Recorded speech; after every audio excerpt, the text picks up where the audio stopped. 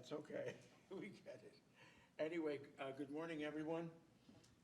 Today is Thursday, May 14th, 2020. The time is still 9 a.m. Calling this meeting to order. And attending our commissioners Duncan, Brooks, and Filios. Ben, would you please lead us in the pledge?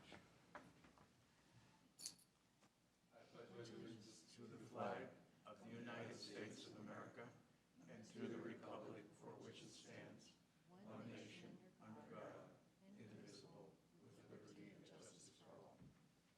Thank you. Okay, do we have any, I don't have any opening remarks. Do we have any potential conflicts of interest? Hearing none. Any changes to the agenda? None? Okay, Director Callahan, please. Item number 1, update and possible direction on the proposed amendment to the minor subdivision process, and this is a discussion item. Thank you, Mr. Chairman. Good morning, everyone. I wanted to have this discussion with you again just to make sure that you understand the great breadth and depth of a change you may be undertaking here soon. Because while we have in Pat's worked up draft language that we think is getting pretty close to take to the Plan Commission and then to you through the public hearing process, I thought it would be worthwhile to spend 5 minutes going over the background of how we got to that point and how things changed dramatically, in my view, in 2016 when we consolidated the previous 6 codes that we had that regulated land use in the county into the one that we've had since 2016, which we call, and you know, as the Land Use and Development Code. But if you would, please just rivet in your mind, 2016 was a monumental change. I'll show you, describe some examples in just a moment. But I need to backtrack for you just so you understand the magnitude of what we've been through. Before the consolidation of code, we had a separate subdivision ordinance and a separate zoning ordinance. They didn't talk to each other real well. They had different definitions, for example. And it led to a great number of problems, and that's why we consolidated everything in 2016. But one of the things that used to happen under the previous codes is that you had to interpret the land use zoning code and the subdivision code, and the staff had always interpreted those two things to decide that minor subdivisions were only allowed if you were adjacent to a highway district road. And so that was vastly different than what we landed with in 2016, where 2 big things changed in the consolidated code. Minor subdivisions could extend off of private roads and there would be no argument about it. You could argue it under the old code, but to be unambiguous on the 2016, you got to do it. So private roads could meander off into the hinterland and you could have various minor subdivisions coming off of that. And another major thing that changed is under the old code, you could do what we call free splits, taking a large property and do up to 4 free splits over time. That was the historical precedent up until 2016.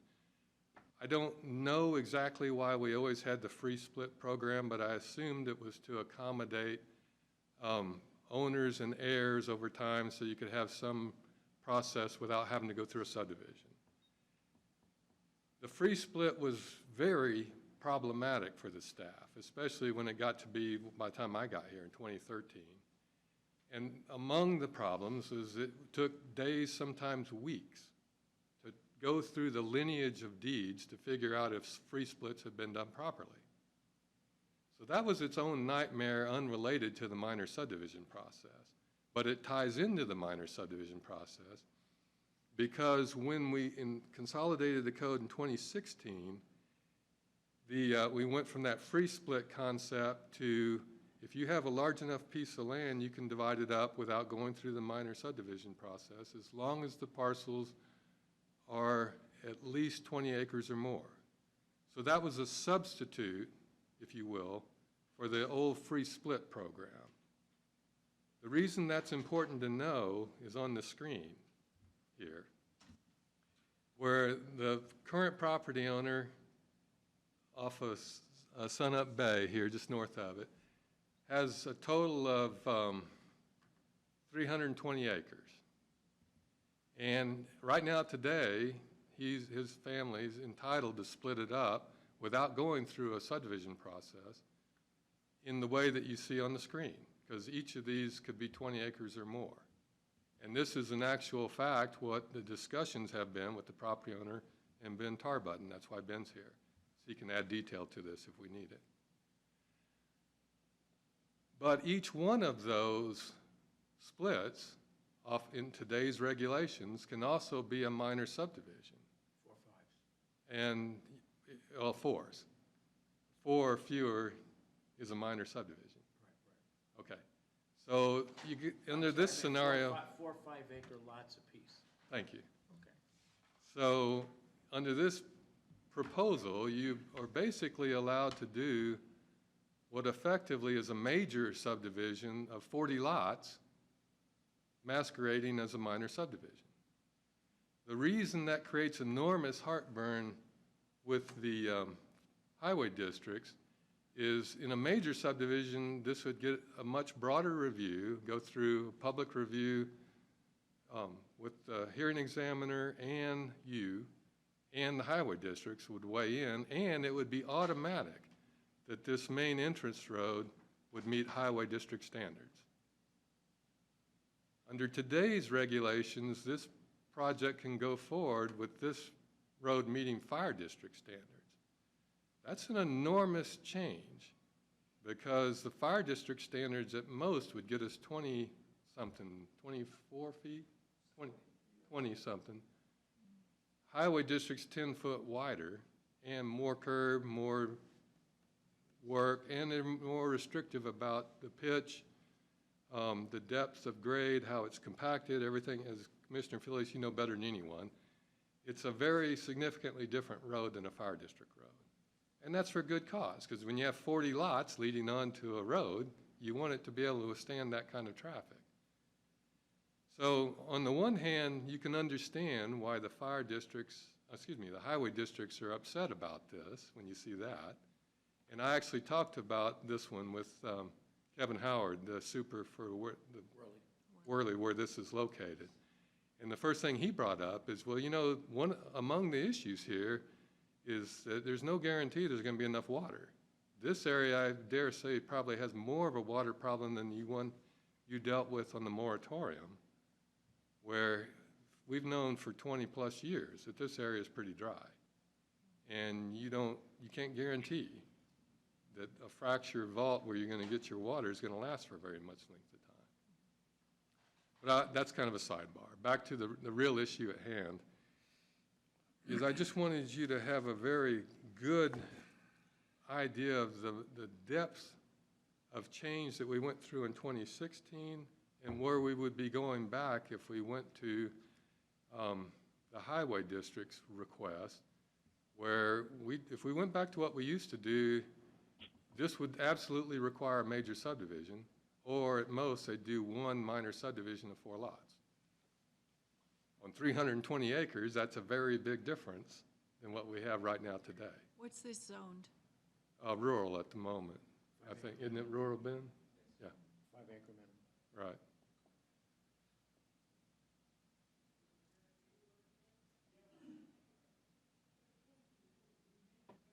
So to me, this is just similar than what we were dealing with that started this whole thing, where you had the, seemingly minors turn into majors because they were done separate, but the whole together made it a major. It's very similar to what Chad Oakland Yes. voted into, and that's when the highway districts did their ordinance. Right.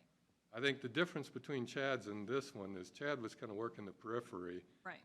and only doing a couple at a time. Here we've got a request to do the whole thing all at once. So to the 20 acres or down to the 5 acres? Both. Okay. Well, if they're requesting to do it at the same time, then why wouldn't it be a major subdivision? Because I don't have any way to make them, Given the current given our current regulations. regulations. I can say, this is really bad practice, I wish you wouldn't, Right. but I can't make them. Now, Pat may want to chime in here. At the last time we discussed this, I threw out the idea of this sort of thing worries me enough. I'm inclined to ask you for some sort of moratorium to let us get this new language in front of you so that we don't start processing these and then they have the right to do it. The problem with that, Pat can jump in, is we have to show what the real, like the moratorium you discovered, what's the imminent harm. Right. To me, the imminent harm is you got 40 lots on a road that can't support it. That could create fire problems.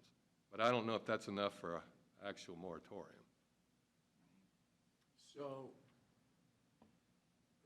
Well, we know where the highway districts stand. Yeah, we do. So as it stands today, how would this, I don't know how to ask this, how would we approve this if we have a conflict with the highway districts? I mean, if they refuse to sign off, where does that leave us? Well, that creates part of the problem. That's why I'm having this discussion with you. At the moment, Kevin hasn't actually told me what he will do with this when he gets it. But I know he doesn't like it. And I know what Eric Shanley did. He just said no. I'm not going to give you access. And he used his ordinance to say as much. And so legally, no is no. But, where it gets weird for me is this meets our code. Yeah. And so we have to work with Pat on if we get this, how are we going to deal with it? Because if the highway districts just say no, does it make any sense to approve it once it gets down to the minor subdivision level? We can't stop what you see is on the screen.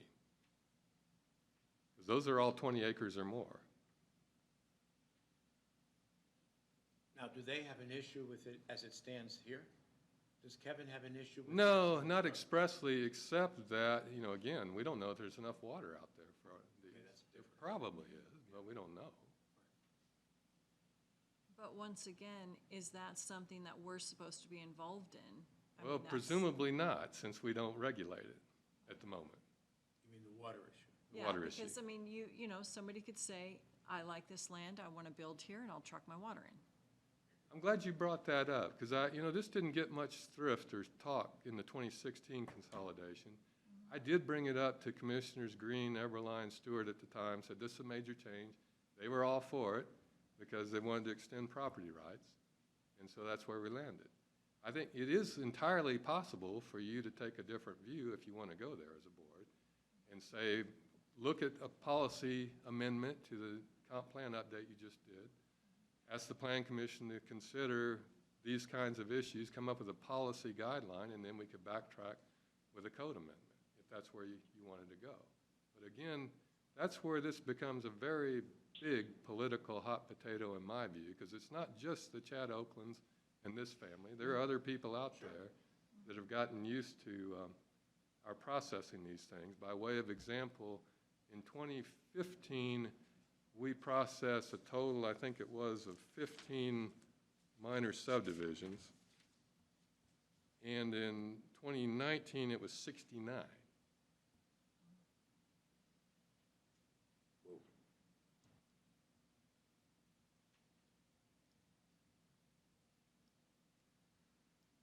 You have any thoughts?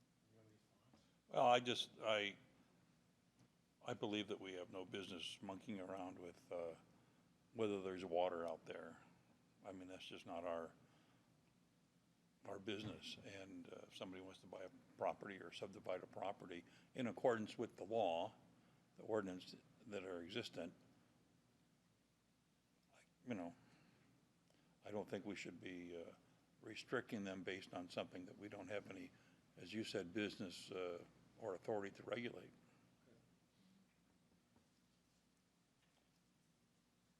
I don't think it's good practice, but. Well, if I may jump off of that, Chairman Filios, can I comment? Yeah, go ahead. That's what has the highway district so fried, is if you look at this from a public policy level, if this goes forward as we've described, they get hammered at first every 6 months, then every few months, then every month. Why aren't you taking over this main road into our district so that we don't have to, the property owners? It drives them crazy. Their taxing authority doesn't accommodate this sort of thing. They don't have the money to deal with it. And so it really is a big picture policy issue that the county commissioners can guide if you want. In the future, but if this particular thing, if I owned that property or a piece of that property, and the county came in and said, no, my next stop would be my attorney saying, sue those people. I've complied with everything they've got on the books. Not if you did a moratorium. Pardon? Not if you did a moratorium. Right, and I'm not inclined to do a moratorium. All right. I mean, there are ways to get there if you want to, and there are ways to get there down the road if you want to. I just want to make sure. Government always has a way to get there. Well, Sometimes I'm no advocate of great regulation, but I am advocate of doing good planning. Okay. Oh, is it okay if Ben chimes in? I think, kind of what David is presenting is we have this option for people to currently pursue with minor subdivisions that are being served by an existing private road. I think part of the question is, do we still think that is a good idea? Should we proceed with minor subdivisions off of existing private roads? Because the highway district is opposed to that idea. And there's conflict that we have as planners when we are faced with these types of situations, where, again, it meets our code, to Commissioner Brooks, your point, it meets our code, we process them, but it causes this conflict between us and the highway districts. And so, I think the question is really, do you believe we should continue the process as we have it now and allow for subdivisions off of existing private roads? Or should we fall more in line with the highway districts and require the road to be brought up to the public road standards? Thank you, Ben. And is there any in-between point that you have more comfort with? So I need an in-between point, because I need mom and pop to be able to split for their kids without all that. But this is upsetting because, once again, you're not having growth pay for itself if you just do this. And then, like you said, the highway district is hammered every month eventually. And plus, what about Sunup Bay Road? What about all the other things that are now gonna have, 200 trips a day with this subdivision? So it's one of those things that it's the letter versus the spirit again. And I'm fine with having something in play that says, okay, this can be a major subdivision, so these things do need to apply. But if it truly is the one off of 54, where they're bringing their parents here, they want to split their land, and they just want their parents to be able to live the rest of their days next to them. So is there something, I don't know, Pat, if we take a hard line, but then allow that discretion, maybe it's a board process, maybe it's just a community development process that just says, okay, if this can, or it was even presented to you already, 40 lots, be done like that, then the highway district standards apply. However, if it truly is a mom and pop thing, and that can be proven, then they won't apply. I mean, is that, I don't know. Yeah, now it comes down to the ownership question.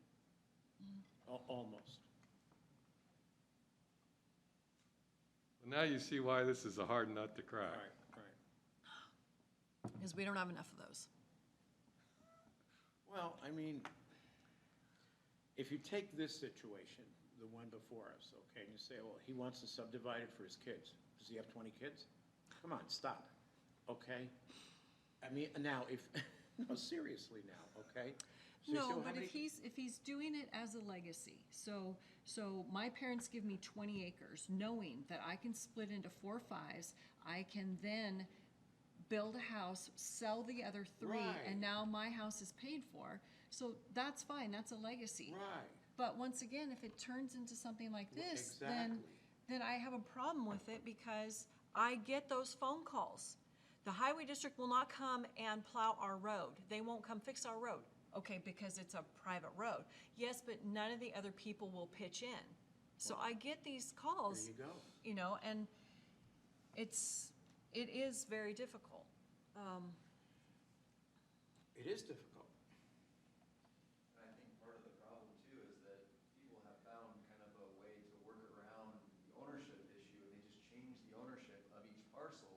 Right. So it's not technically on paper the same person, so it's hard for us to have that But it conversation. presents the same problem in the end, Yes, exactly. because it Yeah. still begs the question of what are you gonna Right. do about the road and the traffic? If we go there, we really have to find some way to deal with the physicality of subdivision. What's really being done in the real world. Right. But I think that Leslie's point's exactly right. People will call and say, why is my road not maintained? Well, here's the answer. You know, what's interesting is the broader question here, that's not the question really, but it raises the issue, is the way county government or government in Idaho is structured. It's structured in such a way, which in a way is a positive, to decentralize it and bring it closer to the people. If you look at Kootenai, with our 4 highway districts and the work they do in the snow clearance, we put Ada to shame. We put Bonner to shame, because they're centralized, and so the districts are not as close to the people and they're not as responsive. On the other hand, when you get into situations like this, now we, the county, are potentially in conflict with the districts, because being decentralized, right, they have certain authority. So who prevails? That's really the question, and in the end, who prevails? I can tell you, and I don't want this to go political, but as a candidate and on my Facebook political page, the number of comments relating to growth, because I have specific issues, outnumber property taxes 10 to 1. Because I get the analytics, I see it, it's all there. And people are saying, you guys don't do anything, you allow everything, and this and that. And then I want to say, yeah, until it's your subdivision, and you want to subdivide, oh, then you want us out of the way, I get it. How do you balance that? And there's no, back to Leslie's point, it's not easy. So Pat, could we look at something like that where we could change it and then have discretion?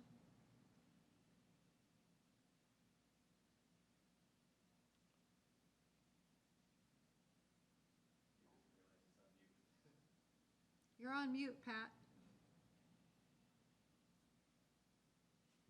Earth the pack. Pat? Okay, can you? Yes, you're here now. Okay, sorry about that. Actually changed rooms and I forgot to unmute myself. Anyway,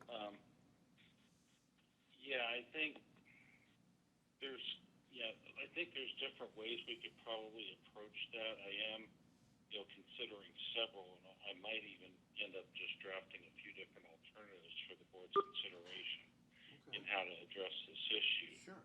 But clearly, it's an issue because, we're finding people, that are very willfully trying to skirt our major subdivision regs and, basically make a major subdivision out of three divisions and minor subdivisions.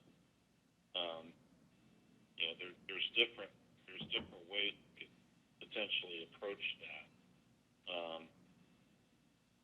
And I realize that the level of regulatory resistance is high here,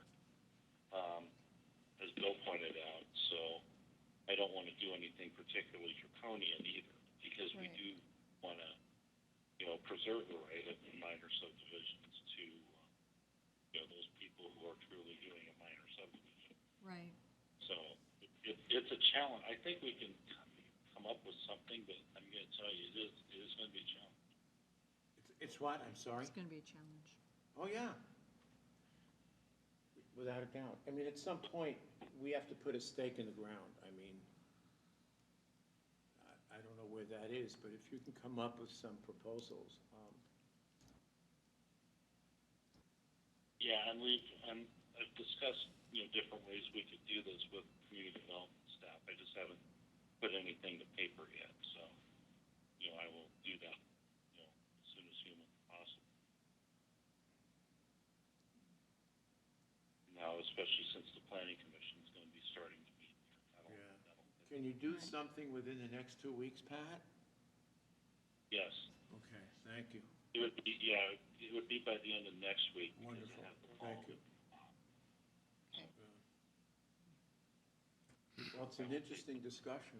We had this discussion when I was at the Highway District 4 years ago. From their perspective, same issue. Chris, just a procedural question. Do I have agreement with at least one other commissioner on that? Oh. Do one or both of you agree for Pat to produce something? Sure. Yes. You're all set? Okay, that way I can, take that as direction. Yep. See. Anything else? No, that's exactly what I wanted to land on, is some place to go with this. Thank you. We're going. In the matter of the Chad Oakland situation, would it have been possible, and so let's just say that they truly were all separate ownerships, because the Highway District has that ability to charge that amount of money even for minors, right? If they're, Yes. okay. Yeah, I don't. It was I a don't see- little different animal with Chad's, where instead of doing this, he wanted to come off of major highway district roads that surrounded his property. Right. That drove Lakes crazy, all their commissioners and their staff, because that creates multiple increments of access Right. that ruins the whole idea of an arterial. Right, Okay. right. Yeah. Understood. Okay. And the parks were a little more spread apart too. They weren't just one big conglomerate like this. Right. Yes. Yeah. And then again, when you have access to a public road, you have to maintain certain distance from that access, or I think from the next intersection, which is, what is it, a 330-foot minimum, I believe, that they have to abide by. But- Yes. Yes. Okay. Good discussion. Item B, discussion, direction, and consideration of an injunction on continued violations of a stop work order on AIN 134466, Gary Fry, potential action item. You'll recall the last time we had one of these discussions, it was just a singular neighbor and a few neighbors around that were upset with the person that put a ramada and a retaining wall, so on and so forth. Here, the order of magnitude is tenfold. I'm going to show you some pictures of what's gone on over the last 4 years. It's fair to say the neighbors across the lake that live in condominiums are so significantly upset that they've hired Scott Porman to represent them. And the order of magnitude of what's been done is probably nastier. But it gets back to, really, I don't necessarily seek an injunction today. It gets back to where we landed with that last case. We'd like to be able to ask Pat to just write the same letter that we did before, because that got the owner's immediate attention. And now he's working with us. So we thought we'd start there with this. But I also just wanted you to make aware of it, because the neighbors are hopping mad. They want us to do something, that's that usual thing. And I would venture to say, Craig can correct me if I'm wrong, that at least one lady who's a realtor and lives across the street from this would like us to sue now. So that's just kind of the background. Let me give you the specifics. Here's the property address. It's zone suburban and ag, and it's a little over an acre and a half, or a little under an acre and a half, owned by Mr. Fry. That's what it looks like on the aerial photos. And this is what we've been through so far. I'll give you a minute to just catch up.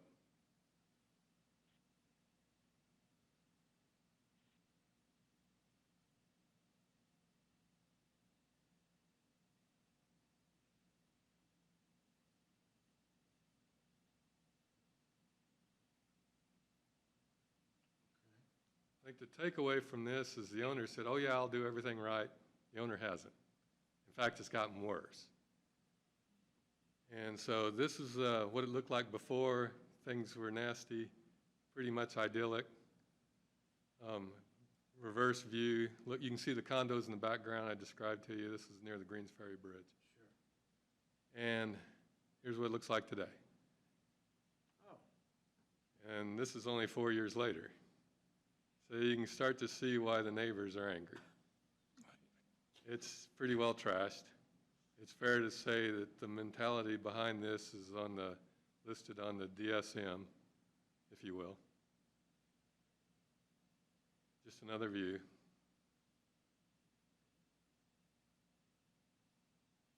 And there's also been excavation that should have gotten a site disturbance permit. We've stopped worked it because there's grading and things that should have gotten a site disturbance permit. So even though we've stopped worked it, there's more fill been brought in, another dump truck. The neighbors call us. We are spending a lot of time on this project. Greg, you want to backfill? No, you pretty much said everything. The gentleman's got 16 utility trailers full of stuff as well. And he plans on keeping those utility trailers on site. So the neighbors are up in arms. And it's just an issue where I've had multiple conversations with the gentleman and said, here's what you need to do. He says the right words, but the actions don't follow up with it. So we are looking, that's why the director is asking for permission for Pat to be able to elevate this to the next level. It got a great response for you all's approval on the last one. I would stand to say, I'll be surprised if it's the same, but I'm hopeful. And how old is this situation, or at least since we got involved? We actually got the complaint in January of this past year. Oh. So that earlier picture was from, I think, February. But it continues to develop. Did he say what his overall goal is? He wants to store everything on his property. He had two residences. One was at Spirit Lake and then one was over in Spokane. He sold those off, bought this parcel, and he's bringing everything to this parcel and putting it on it. And the recommendation's been, he's like, what do I need to do, Craig? I says, well, here you've got all these trailers. Why don't you see if you can go down to one of the U-Haul lots and rent some space, outdoor storage or some things Yeah, like that. precisely. Or if you need a big warehouse to rent, see what the cost is. Well, he's said he's done all this stuff, but it's cost prohibitive. He says, I own an acre and a half here, and this is what I'm gonna use it. Okay, what about a fence? He's talked that as well. It'd be hard to screen all this stuff with a fence, right? I mean, isn't it his right to do what he wants with his property? Except when it Not if it's a violates our nuisance to regulations. other What, property. what, Pat? Pat? Yeah, go ahead, Pat, please. I said not if it's a nuisance to other property owners. Okay, all right. It's not also a nuisance. I can tell you unequivocally, there's a value impact to the adjacent property. Yeah, but that's not the role of government. And that's why Mr. Foreman was, and I made contact with him, and he's waiting. Mr. Fry's been given until the 20th to make remediations on the property, and at that point in time, I would suspect you'll see something from Mr. Foreman on his action. It's already cost Linda Wilhelm the sale of her condominium, because they look over directly at that site, and that's what she looks at right there. That's actually from her. So, I don't disagree, I'm just bringing that up because I know that's an argument. I think that is his viewpoint, if you will, Yeah. Mr. Fries. And I would disagree with it, but that's, I'm not surprised. So are you okay if Pat sends a letter? Sure, Yeah. I am. send a letter. Okay, If it doesn't work, is it okay if we Yeah, just sure. go to court, or do? again, I have direction, so I will get to it. And Pat, just so you know, two of the commissioners nodded that, and Leslie may or may not agree, I don't know, that if the letter doesn't work, we go forward with court. I say yes. Yes. You got two. Okay, thank you. That's it for me, thanks, everyone. Okay. Public comment. Hearing none, 9:35, meeting adjourned. Thank you. Thank you, guys. Yeah. Thanks for putting the PowerPoint. So you're